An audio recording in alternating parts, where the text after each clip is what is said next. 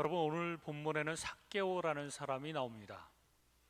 그리고 이 삭개오를 향해서 우리 주님 예수님께서 어떠한 사랑으로 이 사람을 대했는지에 대해서 자세하게 나오고 있습니다. 삭개오는 세리장입니다. 이 나라에 세리들이 많은데 그 중에서도 그 모든 세리들을 잘 관리 감독하는 세리장이라는 것이죠. 그리고 부자였다라고 얘기를 하고 있습니다. 첫 번째, 삭개오의 특징은 죄인의 표상인 인물이었습니다.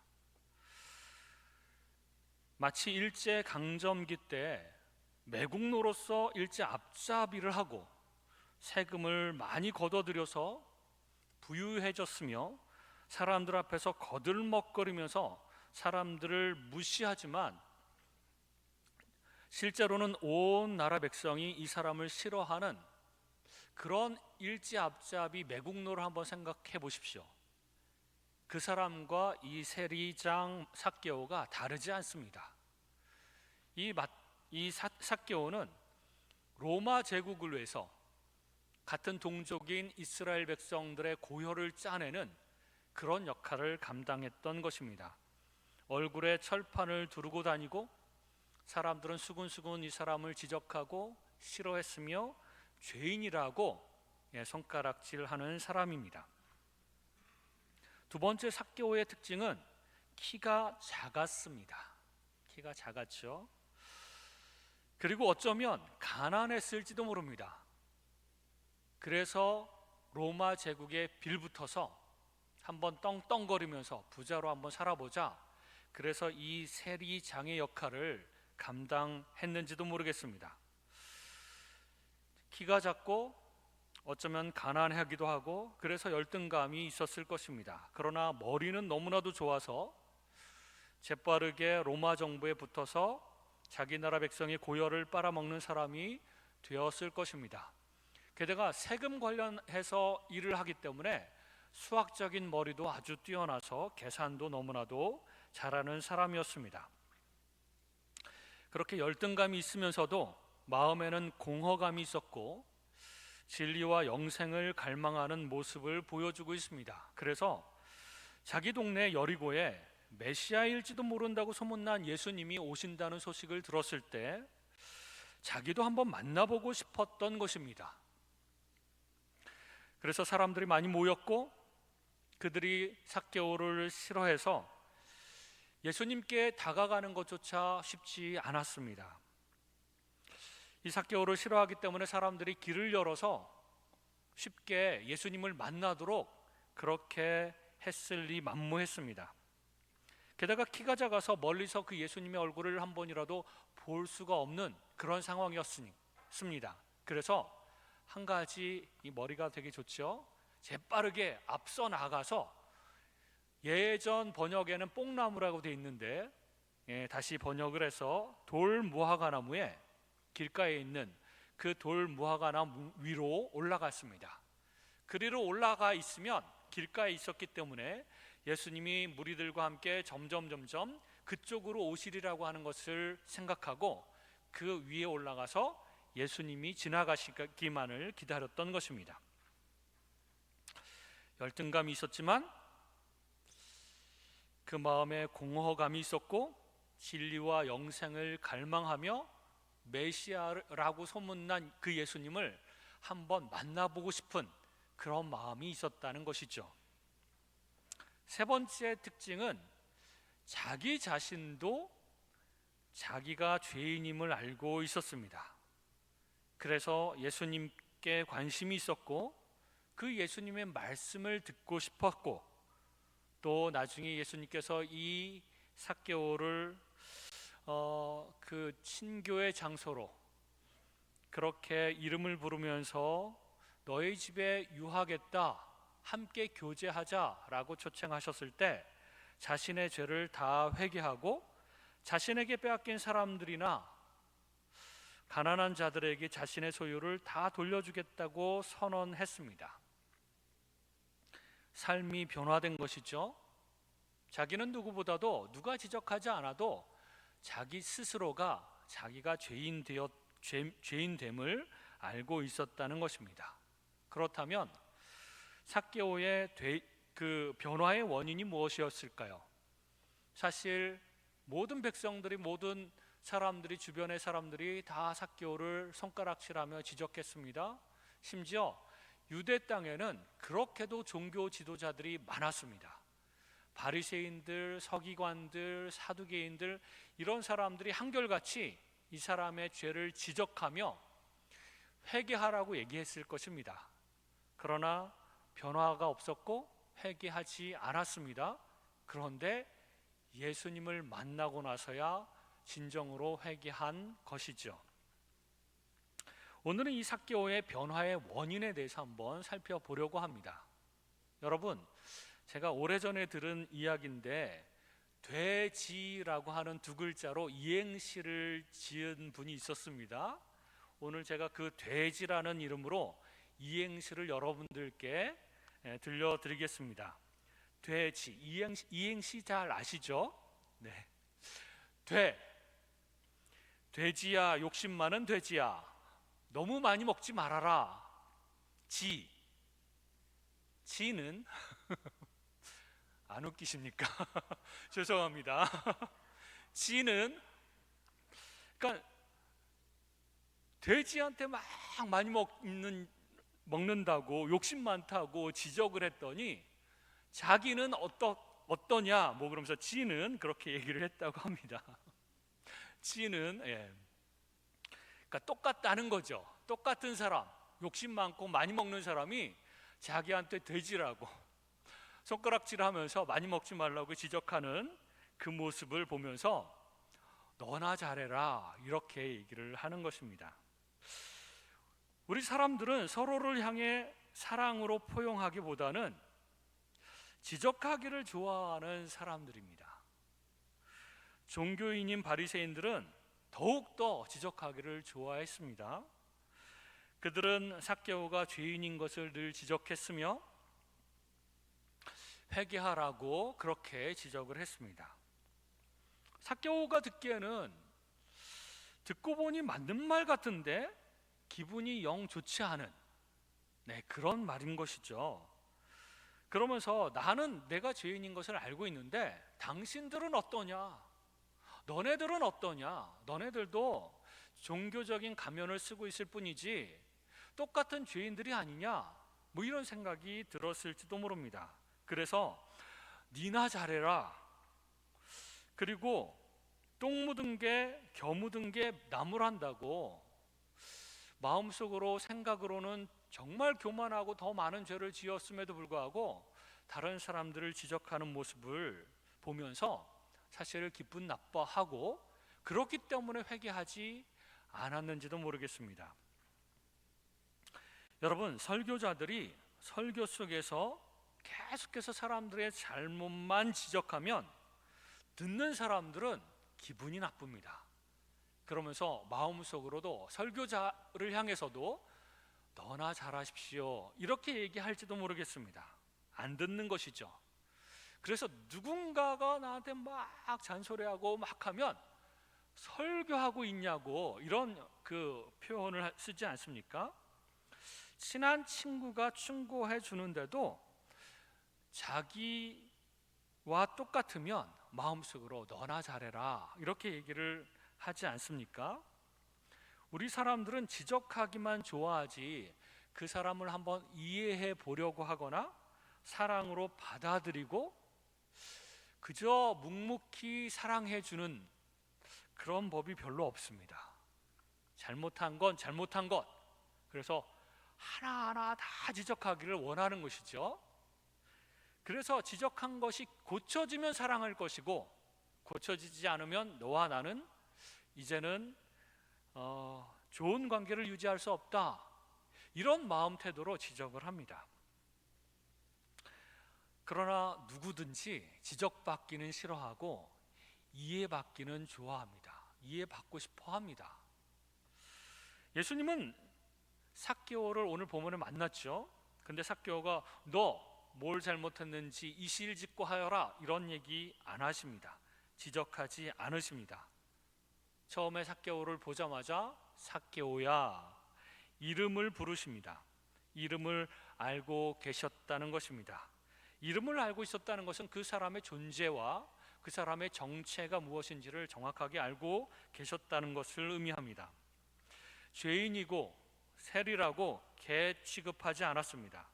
사실 유대인의 관점에서 보면 얼마나 나쁜 사람입니까? 매국노요, 로마 앞잡이고 사람들에게 세금을 강탈하면서 더 많은 것을 덧붙여가지고 빼앗는 사람들입니다. 얼마나 나쁜 사람입니까? 그런데도 예수님은 그 정체를 정확하게 알고 있으면서도 인격적으로 대하십니다. 그 사람의 문제가 무엇인지도 알고 계셨고 그 사람의 고민이 무엇인지도 알고 계셨다는 것입니다. 삭개오야 이름을 알고 계셨고 이름을 부르십니다. 그리고 두 번째로 삭개오에게 말씀하신 것은 속히 내려오라 내가 오늘 너의 집에 유하여야 하겠다 이런 말씀을 하십니다. 식사 교제를 청하시는 것이죠. 유대인들은 아무하고나 식사하지 않습니다. 이방인하고는 절대로 식사하지 않으며 유대인들 중에서도 친한 사람 아니고는 식사하지 않습니다.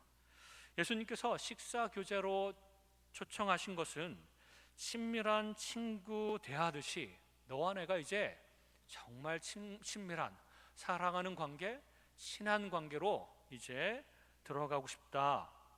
내가 너와 함께 교제하고 싶다. 이런 마음으로 초청을 하시는 것입니다. 삭개오의 입장에서 보면 저런 분이 정말 의로우신 분이고 사랑이 많으신 분이고 나의 정체도 정확하게 꿰뚫어 보고 계시는 분이라면, 그리고 저런 분이 나와 교제하기로 초청하신다면 너무나도 행복할 것이다. 그래서 이 교제를 받아들이는 것이죠. 또한 저런 분이 나와 함께 하고 나를 친밀한 관계로 초청하셨다면 내가 이렇게 살면 안 되지 라고 생각했을 것입니다. 그리고 나서 바로 자기의 죄를 회개하는 것이죠. 죄는 지적당해서 고쳐지는 것이 아닙니다. 여러분, 지도자가 아무리 얘기해줘도 이것은 그저 모르는 사람에게 알려줄 뿐이지 고칠 것이라고 기대하는 것은 아닙니다. 저도 지적당하면 합리화하기 바쁘고 변호하기 바쁩니다. 그러나 주님의 사랑에 녹아질 때, 그리고 누군가가 나를 걱정해주고 나를 염려해주면서 나를 받아주려고 할 때, 그때 스스로 회개의 눈물이 나오는 것이죠. 게다가 사람들은 대체로 자기의 잘못을 알고 있습니다. 알고 있는데도 불구하고 고치지 못하는 것이죠. 그때 다른 사람이 내가 알고 있는 나의 죄를 지적하면 기분이 나쁩니다. 그래서 방어적이 되는 것이죠. 삭개오는 스스로 소유의 절반을 먼저 가난한 사람들에게 나누어 주겠다 이렇게 말을 하고, 그리고 내가 부당하게 빼앗은 것이 있다면 4배로 쳐서 갚겠다. 이 말은 그렇게 갚으면 어떻게 될까요? 절반은 가난한 자들에게 주고 나머지 절반을 그렇게 다 갚아버리면 아마도 재산 전부를 처분해야 할지도 모르겠습니다. 이것이 진정한 회개입니다. 말로만 잘못했어요 그렇지만 똑같은 죄를 계속 짓는 것은 진정한 회개가 아닙니다. 그리고 잘못했어요 말로만 하고 자기가 잘못한 것을 되돌리지 않는다면 진정한 회개가 아니죠. 삭개오는 이런 면에서 진정한 회개를 하고 있습니다. 잘못했습니다 라고 얘기하면서도 자기가 소유한 그 부당하게 모은 재산들을 다 처분하고 이제 예수님의 제자로 따라 나서는 그런 삶의 모습을 보여주고 있습니다. 예수님은 지금도 우리 한 사람 한 사람을 이렇게 부르십니다. 아무개야. 이름을 부르시면서 우리의 정체, 우리의 속성, 우리가 누군지, 어떤 문제가 있는지 다 알고 계십니다. 그러면서 내가 오늘 너와 함께 식사를 하고 싶구나, 개인적인 대화를 깊이 하고 사랑의 관계로 들어가며 친밀하게 그런 특별한 관계로 예수님께서는 우리 한 사람 한 사람을 초청하고 계시는 것이죠. 우리는 삭개오처럼 죄인들이었지만 은혜로 구원받은 사람들입니다. 그 죄인들을 한 사람 한 사람 하나님께서는 초청하시고 친밀한 관계 가운데로 부르시는 것입니다. 그럴 때 우리는 그 하나님의 사랑에 녹아져서 회개하고 하나님께 나오는 것이죠. 이미 그랬죠. 그러나 그럼에도 불구하고 여전히 우리는 매일매일 또 작은 죄들을 짓습니다. 그럴 때 하나님께서 아무개야 또 부르시면서 우리와 다시 한번 깊은 관계 가운데로 들어가기를 원하십니다. 그럴 때 하나님께서는 우리가 스스로 지적당해서가 아니라 스스로 나의 죄를 하나님 앞에 진정으로 회개하기를 원하십니다. 그럴 때 하나님과 더욱더 깊은 관계로 들어갈 수 있습니다. 더욱더 친밀한 관계로 들어갈 수 있습니다. 죄를 회개하지 않고 뻔뻔하게 죄 안 지은 것처럼 하거나 아니면 내가 뭘 그렇게 잘못했다고 그래요 그러면서 얘기를 하거나 억울한 것처럼, 그러면 하나님과 깊은 관계로, 깊은 친밀한 관계로 들어갈 수 없습니다.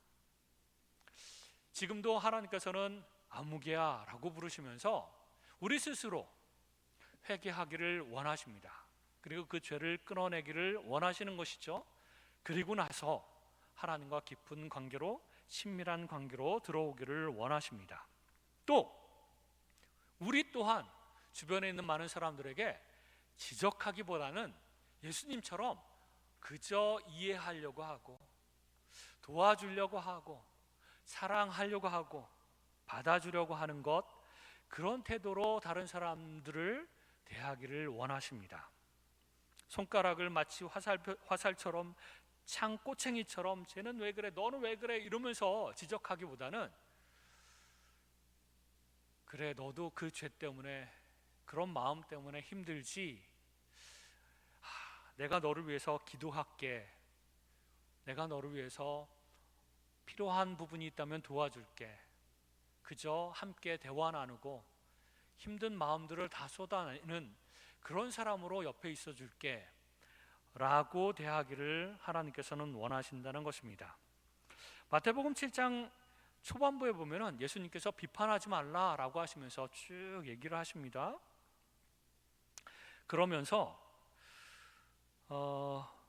6절에 보면 거룩한 것을 개에게 주지 말며 너희 진주를 돼지 앞에 던지지 말라. 그들이 그것을 발로 밟고 돌이켜 너희를 찢어 상하게 할까 염려하라 라고 말씀하십니다. 거룩한 것이나 진주는 무엇을 상징하냐면 아주 값진 충고를 의미합니다.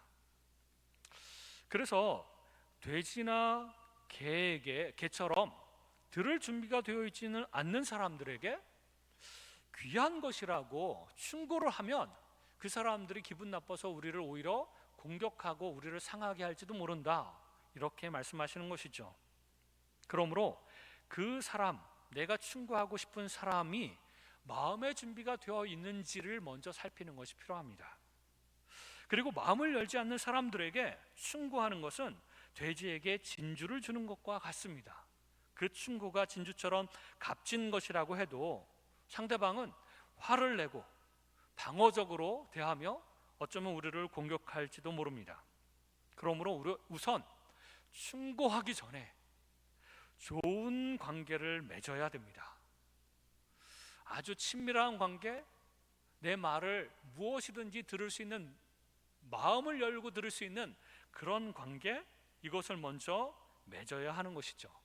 평소에 그런 좋은 관계가 없고 평소에 받아들일 마음의 태도가 없는 사람에게 우리가 충고한다고 지적을 하면 그 사람과 관계가 끝장납니다. 그리고 오히려 그 사람들이 우리를 헐뜯고 지적하고 너는 얼마나 잘나서 그러면서 달려들지도 모릅니다. 우리는 예수님처럼 지적하는 것이 아니라 사랑으로 먼저 품어주는 것이 필요합니다. 어떤 것이든지 얘기해도, 어떤 잘못이든지 보아도 그것을 받아들이는 것이 필요한 것이죠. 제가 대학교 때 일이었는데, 제가 어떤 선배에게 큰 잘못을 했습니다. 근데 제가 안 한 것처럼 거짓말을 했습니다. 그러면 모르고 넘어갈 수도 있는 상황이었습니다. 근데 거짓말을 했습니다. 그런데 나중에 제 친구를 통해서 들은 얘기인데 그 선배님이 제 잘못을 이미 알고 있었다는 것입니다. 그런데도 그 선배님은 제가 하는 거짓말을 그냥 묵묵히 듣고 계셨고 평소처럼 친밀하게 대하셨고 사랑으로 대하셨다는 것을 제가 알게 되었습니다. 얼마나 창피하고 그러면서도 얼마나 그 선배님이 고마웠던지 나중에 그 선배님한테 가서 이실직고를 했습니다. 선배님, 실제로는 제가 선배님한테 이렇게 잘못했고 그것을 덮기 위해서 거짓말도 했고, 그런데 선배님은 알고 계셨다면서요. 그런데도 저에게 평소처럼 친밀하게 대하시고 사랑으로 대하신 것, 어떻게 그럴 수 있습니까? 너무나도 감사했습니다. 이렇게 고마워하면서 그 선배에게 이야기를 한 적이 있습니다. 그 선배님이 정말 저는 존경스럽더라고요. 그리고 제가 알고 있는 것을, 제가 잘못한 것을 선배의 위치에서 후배에게 따끔하게 한마디 해줄 수도 있었을 것입니다. 지적하고 가르치고 훈계하고, 그래도 선배이기 때문에 너무나도 자연스러운 그런 행동이었죠. 그런데 오히려 그것을 덮어두고 그것을 지적하지 않고 오히려 제가 거짓말로 덮으려고 하는 것까지도 다 받아주시고 평소처럼 후배니까 잘 모르니까 그럴 수 있어 이렇게 대해 주셨기 때문에 그 다음부터는 제가 그 선배를 정말 신뢰하게 되었고 그 선배 앞에서는 거짓말하지 않게 되었으며 제가 잘못한 것들, 제 약점들 이런 것들을 그 선배에게 다 털어놓고 고민 상담하는 그런 관계가 되었습니다. 여러분, 이런 관계를 만들기 위해서 얼마나 힘든지 모릅니다. 이런 관계는 쉽게 만들어지는 것이 아닙니다. 이 선배처럼 잘못을 덮어주는 마음, 그런 넓은 마음, 그리고 지적질하고 싶은데도 불구하고 참아주는 마음, 사랑으로 이해하려고 하고 받아주려고 하는 마음, 이런 마음으로 상대방을 대하면 정말 소중한 친밀한 그런 관계를 만들어낼 수가 있습니다. 반면에 지적질을 하면 마음속에서, 대놓고는 얘기하지 않지만 마음속으로 너나 잘하십시오, 이런 마음이 계속 드는 것이죠. 그러므로 우리는 들을 준비가 된 사람, 친밀한 사람, 좋은 관계를 맺은 사람에게만 충고를 해야 합니다. 특별히 마음이 연약하고 상처를 쉽게 받을 만한 사람들에게는 절대로 강하게 얘기해서는 안 됩니다. 그저 좋은 것들만 얘기하고 그 사람이 마음의 준비가 될 때까지 기다리는 것이 필요합니다. 그리고 대체로 사람들은 자기 잘못을 이미 알고 있는 경우가 많습니다. 그런데도 자기가 노력했는데도 잘 고쳐지지 않기 때문에 힘들어하는 경우가 너무나도 많습니다. 자기의 잘못을 알고 있고 노력했는데 잘 안 고쳐지고 반복되면 자기 스스로 얼마나 힘들겠습니까? 그런 사람들에게는 잘못을 지적하지 않아도 됩니다. 그러다가 그 사람이 자기의 잘못, 고쳐지지 않는 그 문제들을 가지고 찾아올 경우에만 따뜻한 마음으로 충고도 해주고 기도도 해주고 실제로 그 문제를 해결하기 위해서 도와주기도 하고 그러는 태도가 필요합니다. 사랑으로 인격적으로 대하면 그제서야 사람들은 변합니다.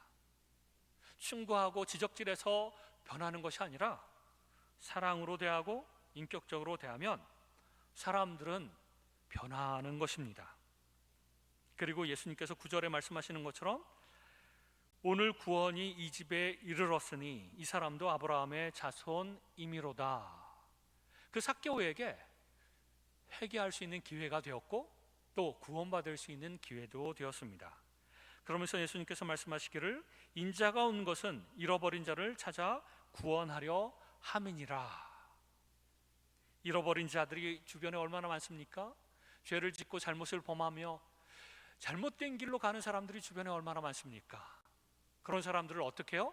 지적질해서 고치는 것이 아니라 사랑으로 대할 때 그 잃어버린 사람들, 잘못된 길로 가는 사람들이 다시 제 길로 돌아오고 하나님께서는 그 잃어버린 자를 찾아서 구원하시는 역사를 계속해서 행하신다는 것입니다. 이런 쳐 죽일 만한 매국노 같은 사람, 이 삭개오 같은 사람, 정말 나쁜 사람이죠. 이런 사람들도 변화되고 구원받는 장면이 오늘 본문의 장면입니다. 이런 나쁜 사람들도 변화되고 구원받을 수 있습니다. 하나님의 자녀가 되고 그 아브라함의 자손이 되는 것이죠. 그리고 예수님의 오신 목적은 잃어버린 자를 찾아 구원하려는 것입니다. 옳고 그른 것을 판단하고 심판하러 오신 것이 아닙니다. 옳고 그른 것을 판단하고 심판하시는 것은 종말에 하실 일입니다. 마지막에. 지금은 사랑으로 죄인들을 구원하시기 위한 시간입니다.